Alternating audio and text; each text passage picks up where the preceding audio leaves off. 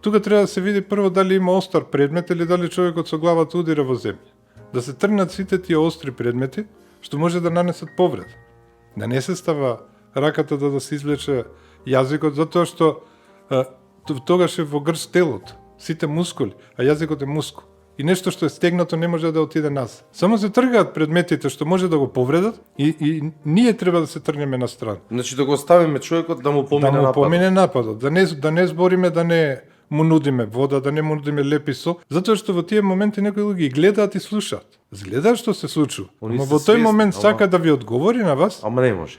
ама нападот не му дозволува затоа што згрчено му е телото, говорот. так. А Нормално. со тоа што сака он да ви одговори, он се возбудува зашто не може. И на тој начин само ќе го продолжи нападот. Така, А додека треба стоиме да на страна- смирено да се трнеме на страна. Да молчиме се додека он самиот не ни прозбори и да рече дајте ми вода.